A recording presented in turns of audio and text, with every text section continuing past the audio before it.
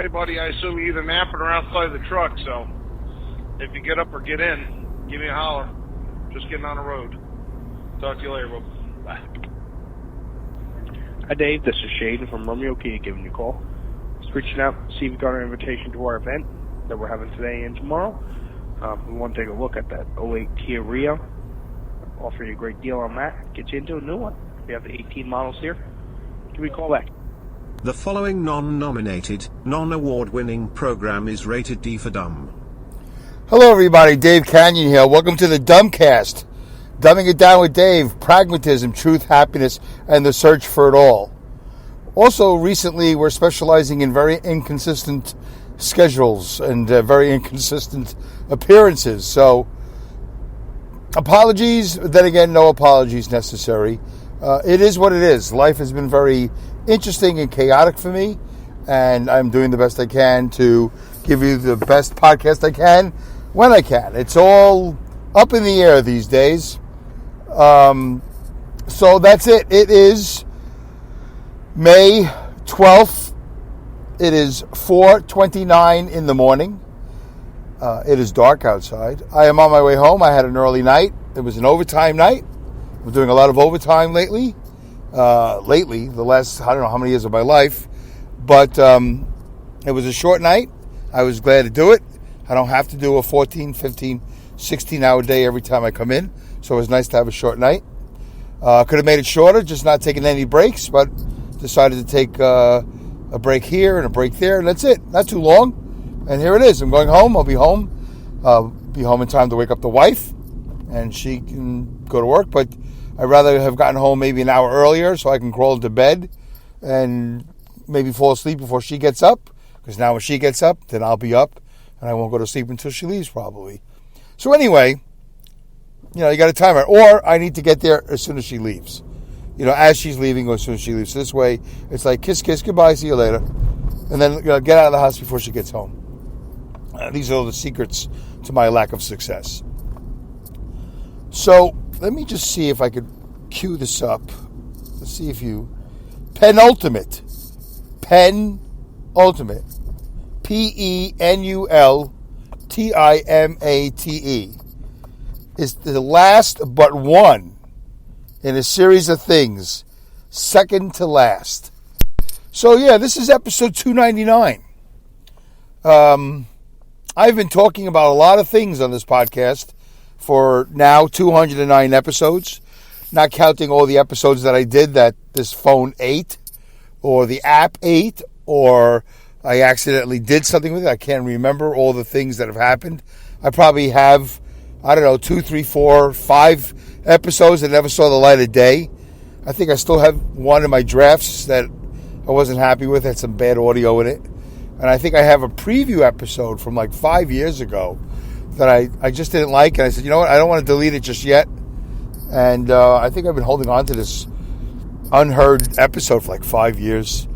It's horrible. You don't want to hear it. But for some reason, I hold on to it. Most podcasters worth their salt would hold on to everything they've done and put it somewhere because, you put it in the blooper reel or some sort of best of or worst of, whatever. But no, I don't. I still, 5 years later, I still don't know how to do any editing. I've learned nothing in 5 years. So I've been talking about the possibility of ending Dumbing It Down with Dave. I've been talking about it. And I got to tell you, I don't know what to tell you. That's what I got to tell you. I don't know what to tell you. This is potentially the penultimate episode. It would be kind of romantic, right, to end it on 300. I used to do a joke about my weight. And when I was doing stand-up, I always got a laugh. I was usually surprised when I got a laugh because it wasn't that clever of a joke, but maybe it was. Maybe I never gave myself the credit. I had a lot of people who I worked with back in the day, and they said, Dave, you just don't give yourself enough credit. I was like, yeah, whatever. It never seemed like I was doing anything worth a damn. Nothing stand-up wise. But I was in my open mic years, I took a class once with a guy, and he said, Dave, the first 5 years of stand-up equal to 1 year. It's all open mic for the most part. And you're getting gigs here and then. I did get gigs pretty quickly. But not because I was good, just because the demand was there. And the demand was there in Albany. So it wasn't like all that impressive. It was like, oh, it's Albany. I mean, yeah, they're hungry for comedians. And the scene was bursting back then when I did this, 8, 9, 10 years ago. So I never felt really worth a damn. I just knew I was good enough for now. But I always tell myself that now, even in truck driving. Dave, are you a good truck driver? Well, I'm good enough for now. I'm not really qualified. I'm just next. Because I see the people I work with. Not so impressive. In their driving, in their social skills, in their hygiene, in their command of the English language, in their culture, in their respect for other human beings. Not exactly riding on an even keel, some of them. So I'm not very impressed with a lot of my colleagues. Some of them I am impressed with, and they're fantastic people. I don't want to paint a broad stroke. When I did stand-up comedy, it was the same way. In fact, it's been the same all my life. Probably for you too, right? Everywhere you go, you get the a-holes, the good people, and some people you just, indifferent to, whatever. The angry people, the bitter people, the envious people, the backstabbers, the supporters, the hard workers, the lazy ones, the mysterious ones that somehow get through the day, every day, and never get fired. The ones that work their butts off and never get promoted. Whatever. The ones that you go, what are you doing here? You should be doing something else. Right? You should be working at a better situation than this. Anywhere else but this. But this is what they achieve. This is what they do. So it is what it is. So I remember stand-up feeling like, I'm good enough for Albany. I'm good enough for the local Northeast. I'm good enough to get paid $50 a gig to do like 10, 15 minutes. And you would think, Dave, that's not too bad. Yeah, but you know what? You got to drive. Everywhere you go, you got to drive. It's a long drive. And you don't just go and leave. You go and you do the hang and all that stuff. It's like, it's a whole night for $50. It comes out to like $10 an hour. Plus gas and tolls. And if you're lucky, you get to split the ride with a couple of guys that actually have money. A lot of the open micers I performed with didn't have any money. So I ended up being the chauffeur. Which was fine. I liked to drive, and we went to all different places. It was all good. I'm 299 episodes now into Dumbing It Down with Dave, and it's interesting how poorly I've done. I've got like 5 people that listen. I don't care what the Spreaker graphs say. I have 5 people that listen. 5 people that comment. And only one with any consistency. But everybody has their abilities and whatever. I know everybody has reasons for what they do and what they don't do. So this isn't a glum show. This isn't going to be a depressing, sad show. That's not my intention. I'm just going with the flow. It's 4:30 in the morning. I'm getting on the New York State Thruway right now at this very moment. I'm on the exit ramp, exit 23. The on-ramp to the I-87 southbound. I'm not especially tired. I'm not especially depressed.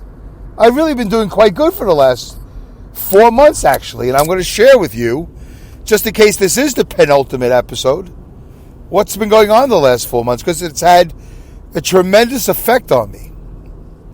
A tremendous effect. Really a far cry from my month of hell. For those of you who tuned into that episode or series of episodes. And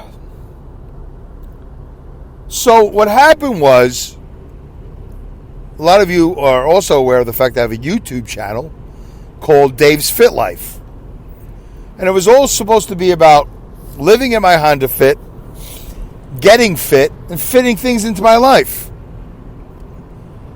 I think I started that pre-COVID.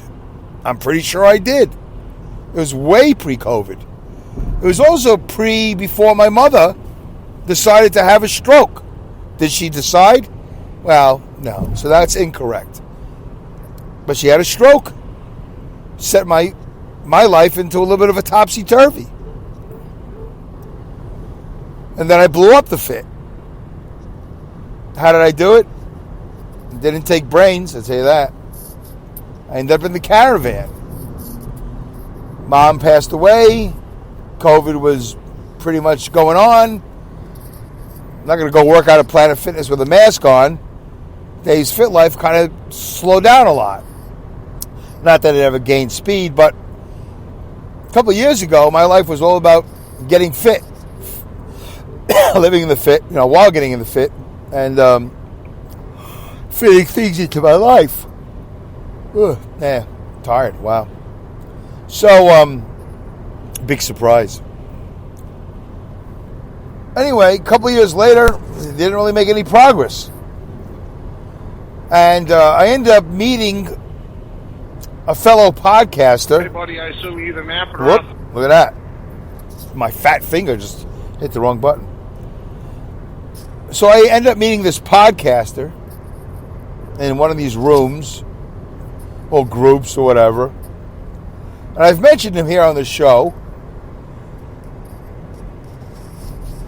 Hey, oh boy. And his name is Luke. Luke D. I don't want to butcher his last name, but it starts with a D. It doesn't matter what his last name is. And he has a show, a podcast called Luke Loses. And it's all about his fitness battle, his battle with weight loss, health, all that stuff. And while we were talking, because this, by the way, this also speaks highly of me. I have to pat myself on the back because I engaged him. He never would have engaged me. He wouldn't have known anything about me. I think it was his post. He posted something about something. I don't even remember. So I responded to it. But that's what I do. I reach out. And in 5 years, I've done a lot of reaching out. A lot of it. I mean, a lot of it. I wish I had a logbook. I say that all the time. Oh, I wish I had a logbook for every time I did this. I wish I had a logbook for every time I did that. And that logbook would really be pretty busy. Dave reaches out to this person. Dave reaches out to that person. Dave gives a compliment. Dave does this. Dave does that. Now, if I had another book that said how many times somebody reached out to me, it'd be almost zero. I'm not saying you, because you guys listen to the show. You comment, whatever. Some of you actually take the time to share. Some of you do certain things. Most of you just probably struggle to go, good show, and hit the enter button and be done with it. God even knows if any of you are even listening anymore. So, yeah, that's my trust issues. Don't be offended. It's just my trust issues. You'll always be my dum-dums. Want to do a traffic report? Let's do a traffic report. Not a traffic report, a mileage report. 2008 Kia Rio LX on May 12th at 4:41 in the morning. 296, 313 miles.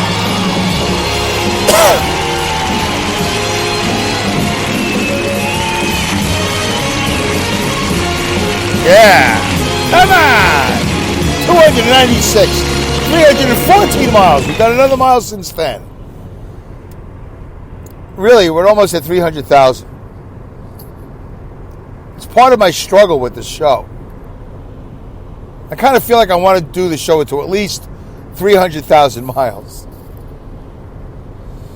But anyway, so why am I discussing this negativity? Dave, so what? So we've heard this before. You reach out to everybody. You're God's gift to podcasters. You're Mr. Engager. You're Mr. Engagement. Whoop-de-doo. You leave comments, compliments, 5-star ratings, reviews. You give suggestions. You think that you're taking these kids underneath your wing. They want nothing to do with you. You know, whatever. It's funny, in 5 years, the amount of people who have stumbled on my show and left comments has been pretty much zero. Everybody who listens to the show knows me. Well, they know me now. Everybody who's in the comment section has either met me or knows me. It's weird. It's a weird feeling after 298 episodes. I've been able to muster up nothing. Nothing. Pragmatism means nothing to anybody. Nothing. It's not a niche audience.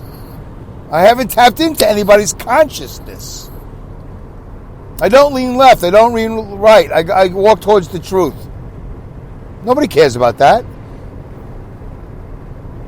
I've done Instagram, Twitter, Facebook, which, by the way, I think I'm still banned from taking out an ad since last November. So ridiculous. I haven't had the energy to fight it. It's exhausting. I never even got around to showing you the ads that got me banned. I'm not banned from Facebook. I'm just banned from taking out an ad. This is so dumb. Don't they want my $100? I guess not. And that's part of it too. That's exhausting. So nobody reaches out to me. Nobody stumbles on my show and says, hey, wow. I typed in pragmatism into Google. got dumbing it down with Dave. I've been looking for the show. I've been looking for a show that keeps me centered. I've been looking for a show that doesn't lean left or lean right, that doesn't have an agenda except for the truth. Can't seem to find that show. I can't seem to find a show that somebody talks honestly about their relationship with their parents or lack thereof. Talks about his family, his sister, his friends, his depleters. Pragmatism, depleters, absentee fathers, truck driving, food, fitness, American everyday things. I haven't tapped into anything. I haven't tapped into anybody's consciousness. And I haven't tapped into the industry. Industry could care less about me.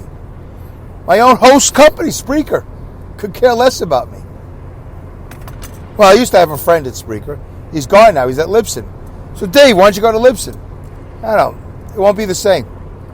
I'm afraid to make that move. That's why I'm still at AT&T. That's why I didn't go to Verizon. Even though they have these deals. AT&T is the devil I know. I don't know the devil at Verizon. I don't think it's going to be that much different. If I take my show over to Libsyn, I don't think it'll be that much different. I might go somewhere else. Buzzsprout or Beanstalk or whatever. Podbean, that's what it's called, Beanstalk. It's two of the greenest of the apps, the podcast host apps. I get them confused all the time. One is called Buzzsprout, and the other one's called, what did I just say? Not Beanstalk. Anyway, Podbean. I think Podbean's pretty decent for a podcast host. They have a really great YouTube page, for their help. They have a really vibrant, active YouTube page, which is kind of important because they're always trying to reach out to their podcast clients, in a different way. Spreaker doesn't do any of that, really. And whatever they do it poorly. They don't do it that well. But they're still a great company. I mean, anything you want to know about podcasting, I don't need to learn it from Spreaker. I just go over the Podbean or Buzzsprout. So, I just wish that they would, after 5 years, you think that somebody would have reached out and say, hey, we've had a lot of guys, and really, what do you think the number is? What do you think the number is? I bet you it's like 80%. I bet you it's like 80 or 90% of all the podcasters that signed up with Spreaker 5 years ago. I bet you 80, 90% of them are gone. I bet you. I have no way of knowing them. And by the way, nobody has promoted Spreaker more than I have as far as podcast hosts. Every time there's a question about host companies or anytime I can tell my story, boom, at Spreaker. So the Spreaker Facebook group gets highlighted, or on Twitter I go, at Spreaker. Always at Spreaker. Any love? No. No industry love, no host company love, no outside of people, the 5 people I know love, no family or friends love, but that's fine. Friends and family are not my listeners. But it would be nice. It would be nice. It's one of the shortcomings of having a deaf dad. Because, I would expect my hearing dad to say, hey, you guys listening to my son? He's good. You should listen to my son. Hey, son, anything I can do to help you? All that stuff. I know, it's pie in the sky. It's fantasy, but whatever. It's in my head. I can't help what's in my head. And, so all of that. Plus, one of the last episodes, I talked about this guy. And I didn't think we were friends. Like, oh, we're friends. I just thought he respected me. And he put out a post about racial injustice, Black Lives Matter, George Floyd. I don't know. I forgot what it was now. And somebody commented on his thread about the white allies, which I am. I'm white, Caucasian, and I consider myself an ally of everybody. All allies matter. AAL. No, AAM. AM. All allies matter.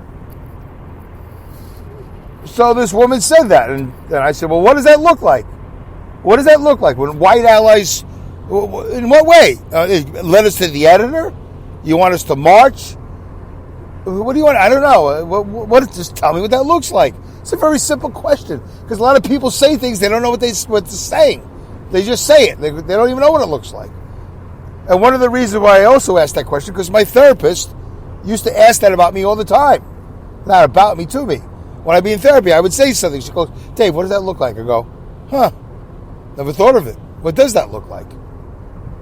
So this person who I thought might be a friend at least respects me as a human being, because we've talked. I've appeared on one of his podcasts, because he's on several. I've been very supportive. I've shared his podcast on Dumbing It Down with Dave. I've commented on his podcast. 0 in return love. 0 in return respect. And that was really one of the last straws for me. Because just about the same time that happened, about 15 episodes ago, actually, I think that happened. I'm not really sure. But probably not. I think it was Lewis. But anyway, back in January, I meet Luke from Luke Loses. The Luke Loses podcast. And he tells me about this 12-step program that he's in for weight loss. And I attempted this 12-step program many years ago. Many years ago in my hometown. And I was actually surprised that my hometown had a little group. And they met at a church. I might have told the story once before, but I went to this church.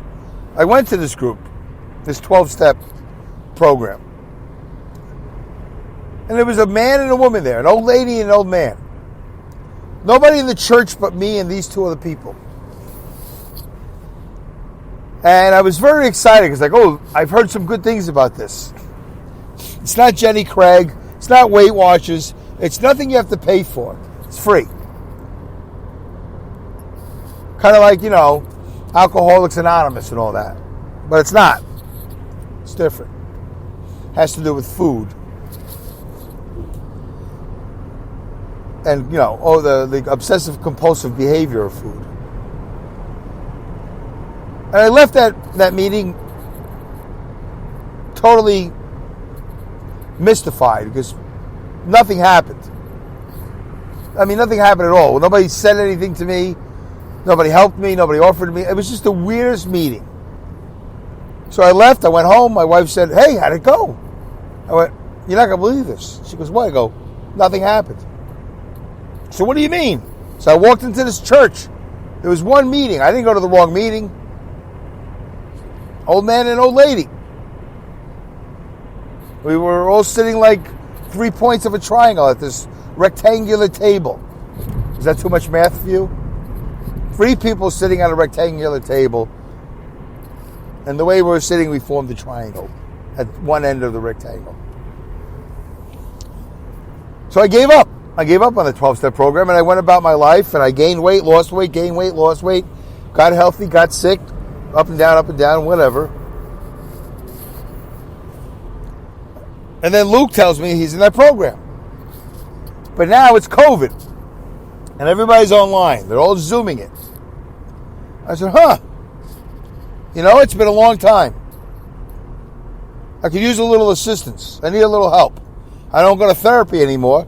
She raised the rates, and I never went back.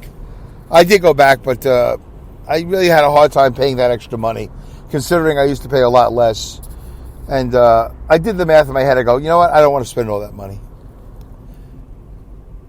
Whatever it was, I just didn't. I couldn't justify that expense.